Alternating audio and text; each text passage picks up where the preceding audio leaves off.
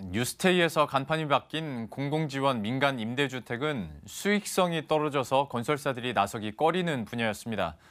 하지만 요즘은 사정이 다릅니다. 주택 사업이 고전을 거듭하면서 건설사들이 외면했던 임대주택 시장까지 적극적으로 뛰어들고 있습니다. 이지한 기자가 짚어봤습니다.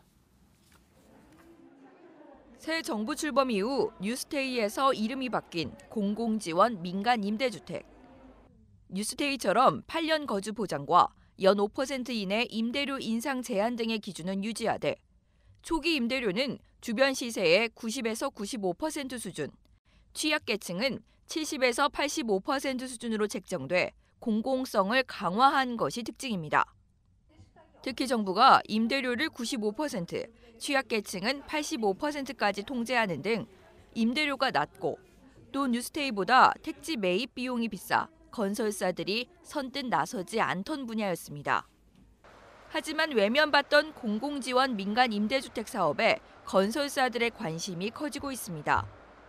정부의 강력한 부동산 규제로 신규 아파트 분양 시장이 막혀 있고 해외 건설 업황 악화와 사회 간접 자본 SOC 감축 기조로 당장 내년 먹거리 확보에 비상이 걸렸기 때문입니다. 공공지원 민간 임대주택이 초저가 수주보다는 수익성이 그나마 좋고 크지는 않지만 안정적인 임대 수익을 가져갈 수도 있습니다. 또 정부가 지난달 주거복지 로드맵 발표를 통해 공공지원 민간 임대주택을 5년간 20만 가구 공급하겠다고 밝힌 점 또한 건설업계가 임대주택 시장에 관심을 기울이는 데 한몫했습니다.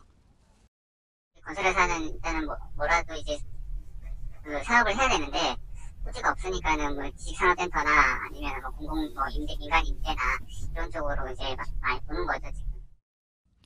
실제 서울건설이 지난주 공공지원 민간 임대주택 사업을 신성장 동력으로 삼겠다고 발표했고 지난달 신당 파인빌 하나 유보라를 공급한 반도건설도 추가 사업지를 물색 중입니다. 파주와 양산 하양에서 공공지원 민간 임대주택을 수주한 우미건설도 내년 상반기 검단 신도시에서 추가 수주를 준비 중입니다. 부동산 시장이 당분간 침체기를 겪을 것으로 전망되는 가운데 건설사들의 시선이 임대주택 시장을 향하고 있습니다. 머니투데이 방송 이지안입니다.